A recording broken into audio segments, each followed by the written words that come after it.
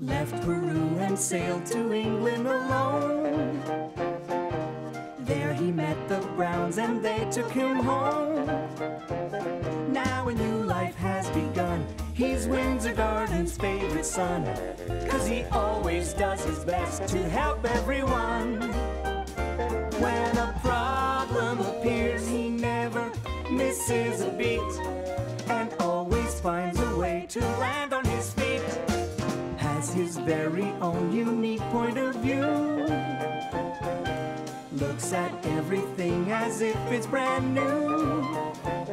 He is friendly and polite, and he tries to do things right, but he gets in sticky messes just the same. He's curious and speaks his mind, but trouble's never far behind. It's Paddington Bear, he's one of a kind. I'm Paddington Bear. Now there, coochie coochie, what a pretty baby, coochie coochie, rock-a-bye baby on the treetop. Why, Mr. Curry, I didn't know you liked babies. Of course I do. I know everything about them, and babies love me. Watch. Coochie coochie Maxine. It sounds to me as though she's got a mind of her own. Just a touch of wind, that's all. Nothing a good pat on the back won't cure. Is everything all right, Uncle? How's Maxine? She's wonderful, Sheila. We're getting along fine. I'm glad to hear it. Then, do you think I could leave her with you for a while? I need to do some shopping. You run along, my dear. We'll be okay, won't we, Maxine? Psst. Bear, come over here. Now! Oh. Is anything the matter, Mr. Curry? Why is she crying? You were a cub, Bear. What did your Aunt Lucy do when you cried? Well, she used to lick me, but the Browns have a book about babies. I'll see if Mrs. Bird knows where it is. What kept you, Bear? She's done nothing but cry ever since you left. This book will tell us what to do. It's called Everything You Need to Know About Bringing Up a Child. Mrs. Brown used it for Jonathan and Judy. Bath time, sleep time, feeding time, changing time. What about stopping crying time? I can't stand it! What's that terrible smell? Ah, here we are, crying. A baby's crying is often a sign of discomfort. Changing the baby may help. Changing? No one said anything about changing her. I thought you said you knew all about babies. Not changing them. I've never changed a baby in my life. What does your book say? It looks a bit complicated. I'm not surprised she's crying. I'll get what we need.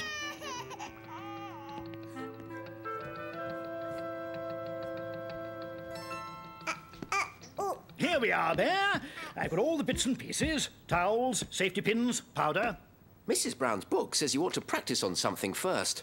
Or someone. Someone? Why me?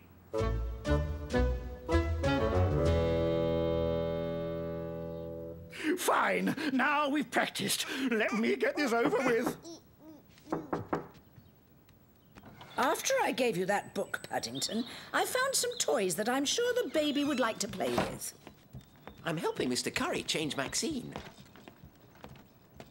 Good gracious! Wonders will never cease. If you ask me, you've got it the wrong way round. Bear! I've seen everything now. I expect you babysitters must be getting hungry. I'll come back with some lunch. Thank you, Mrs. Bird.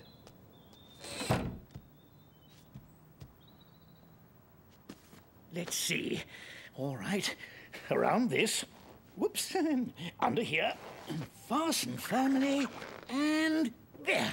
All done. Look, Mr. Curry, your niece must have left this for you. It looks like a kit for changing babies. What will they think of next? They don't even need pins. They, stick. Now, let me get to work.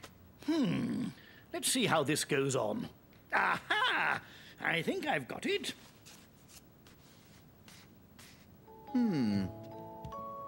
There now. Nothing to it. Look what I found. A bottle.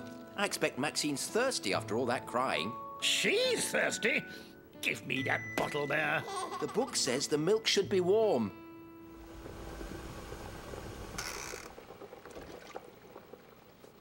Perhaps you ought to test it to make sure it's not too hot. Ow! I've burnt my hand now. It's all your fault, Bear. I think it is too hot. Perhaps you should put the bottle in cold water. There, there. No more crying. All better now. Perhaps you should try patting her on the back, Mr. Curry. It's what's known as burping. Bear, there's something wet down my back. Now see what you've done, Bear. And she's crying again. Just look at the mess. Messes. Sea baths. Babies like nothing better than a good bath, especially if they have some toys to play with. See if you can find something in those toys Mrs. Bird brought, Bear. She seems very small for such a big bath. Mrs. Bird, I'm just taking some toys up for Maxine's bath. Why don't you come and watch? Your book was right, Bear. She loves this. You're getting to be a very good babysitter, Mr. Curry. Perhaps you should go into business.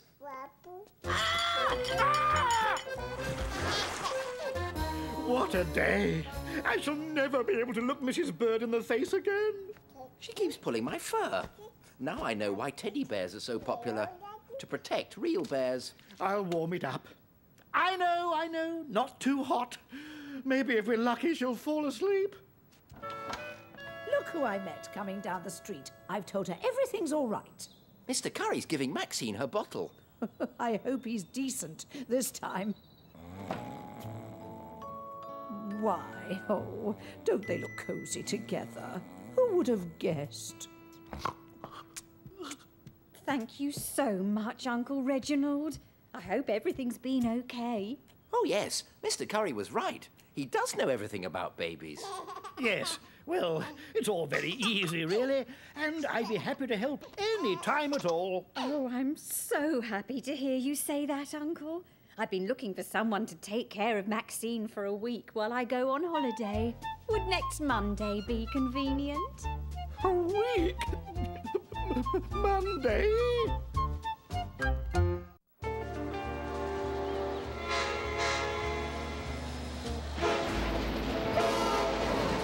I think train journeys are exciting, Mr. Gruber. Don't you? I do indeed, Mr. Brown. And this one, the world-famous Orient Express, is perhaps the most exciting train of all. Especially tonight, because for our entertainment, there will be some dinner theatre. Dinner theatre? Do you mean we're going to watch people eat? No, Mr. Brown. While we have our dinners, actors will perform a detective mystery. And we won't know who the actors are until the play starts. I wonder if we can guess.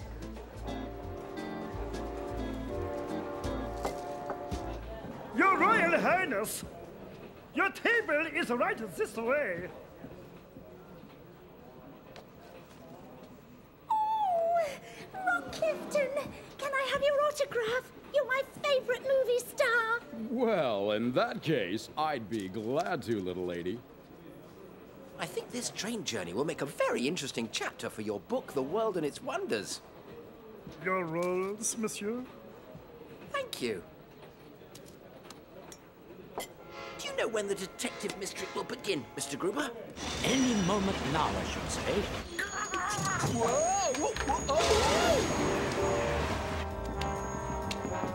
Oh, dear! Hot! Oh, dear. I think I'm in trouble again. Hot! Whoa!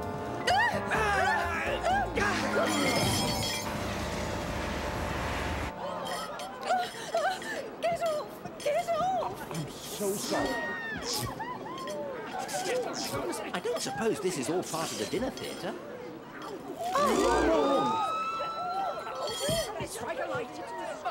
Here, let me help you.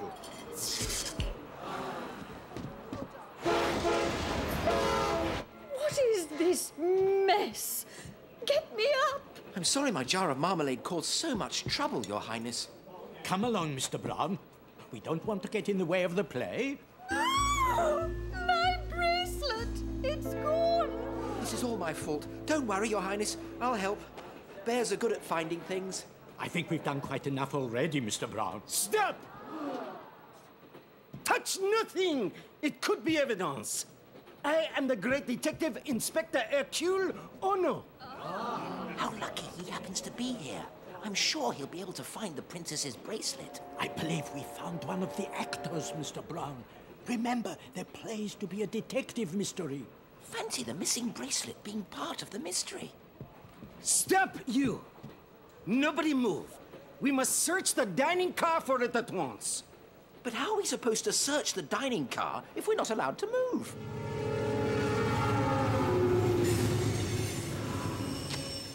Your attention, please. From my search, I have deduced that the princess's bracelet was stolen. Oh! And I thought it fell off when everyone bumped into each other. Huh. That is exactly what a master criminal would want you to think.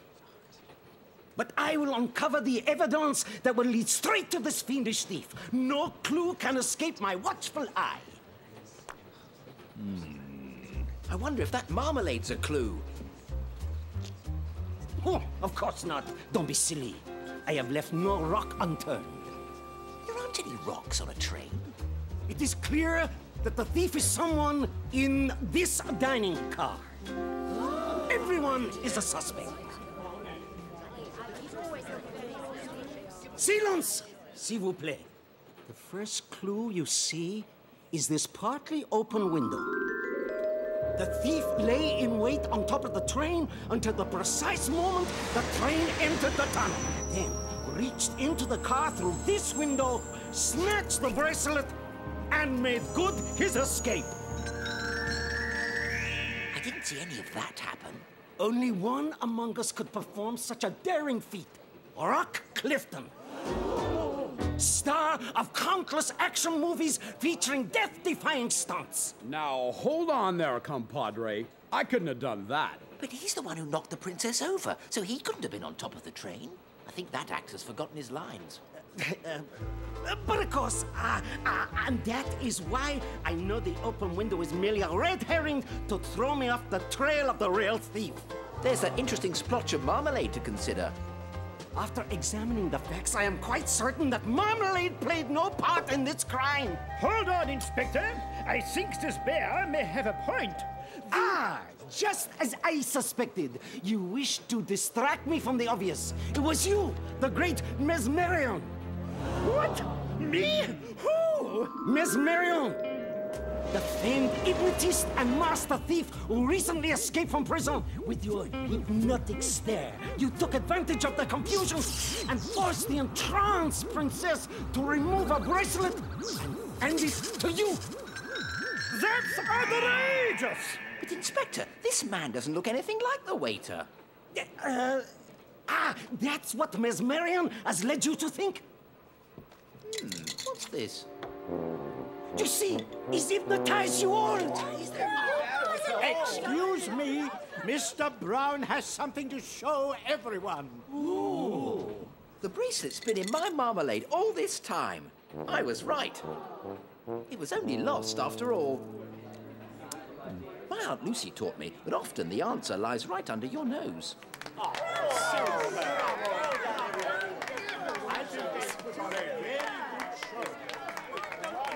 Congratulations on your improvisation.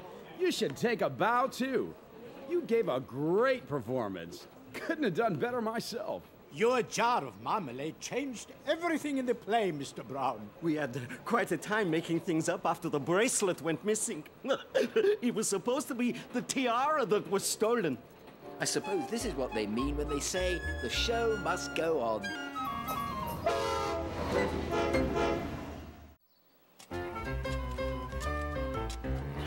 hurry, Professor Paddington. We must rid ourselves of the Frog of Doom. Have no fear, Jonathan. Once buried, the Frog of Doom will trouble us no more.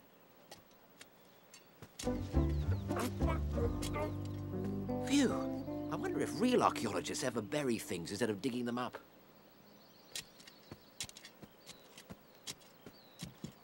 That bear, up to his old tricks, eh?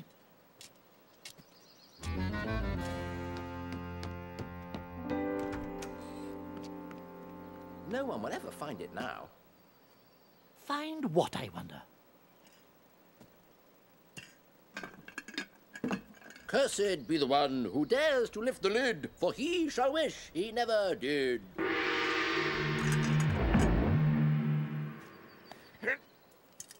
We need to cover it up now, for all eternity. Judy, Jonathan, Paddington, lunch is ready. Coming, Mrs. Bird. Come on, let's go. Oh, I'm starving. What are they covering up for all eternity? What have we here? Why, it's a teapot. And a nice one at that. Cursed be the one who dares to lift the lid, for he shall wish he never did. Dare to lift the lid. Ha! What a load of nonsense. Ah! Ooh! At least now they won't have to bother filling in the hole. It's time I got myself a new teapot, and for free to boot. Let's continue our game and finish the part where we bury the Frog of Doom. It looks like that part's been finished for us. Then we can go on to the next part, finding the lost treasure of Arca in the attic.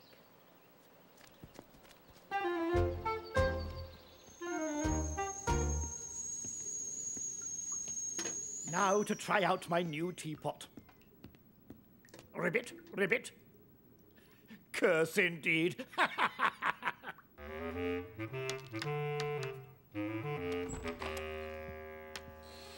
I just passed the building site at the end of the road. They're about to bring in one of those wrecking balls. If you're quick, you'll see it go past. Look, here it comes now.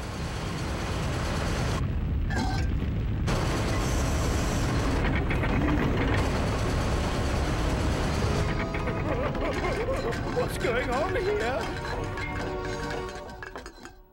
Could that bear's curse be true? What are you looking for, Mrs. Bird? My old frog teapot. Why do you want that old thing? I heard there's a craze for collecting old-fashioned teapots. I thought mine might be valuable. Valuable? I thought you'd never miss that teapot. Perhaps we should have asked her before we used it to play Frog of Doom. We'll have it out of that hole and cleaned up in no time. If not, we really will be doomed.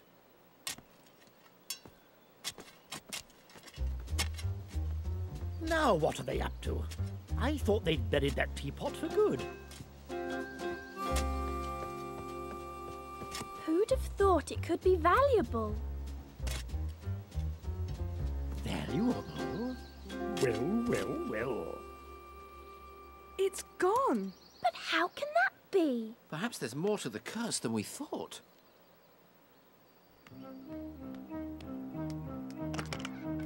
Maybe someone took it. Oh, what will we tell Mrs. Bird? The only thing we can.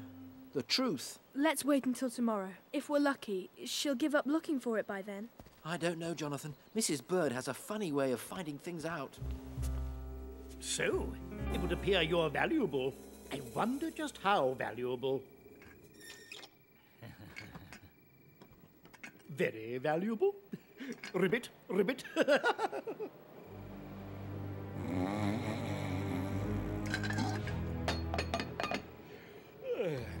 Oh, the lid. The lid!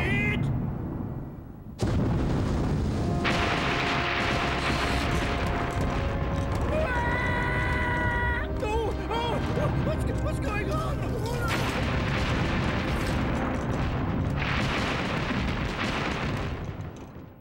Curse or no curse, I'll be glad to be rid of you. I'll make the rounds of the antique market and sell you to the highest bidder.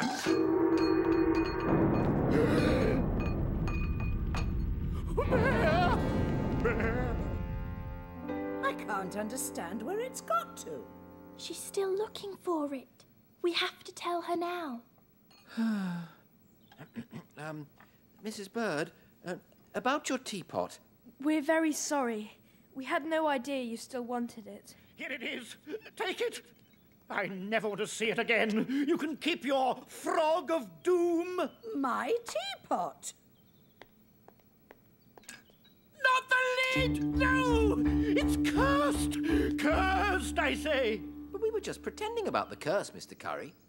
You didn't really believe us, did you? Pretending?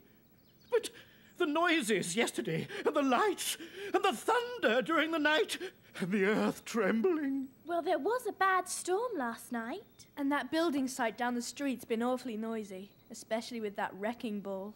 Wrecking ball? Building site? See? The wrecking ball caused the loud noises, and the underground drilling must have made your house shake a bit. And then there was the thunder and lightning. There isn't any curse, Mr. Curry. You and your tricks, Bear. You won't have the last laugh on me. Just you wait. Well, all's well that ends well. Not exactly. What's all this about the Frog of Doom? It's rather complicated, Mrs. Bird. But I have a feeling it's about to strike again.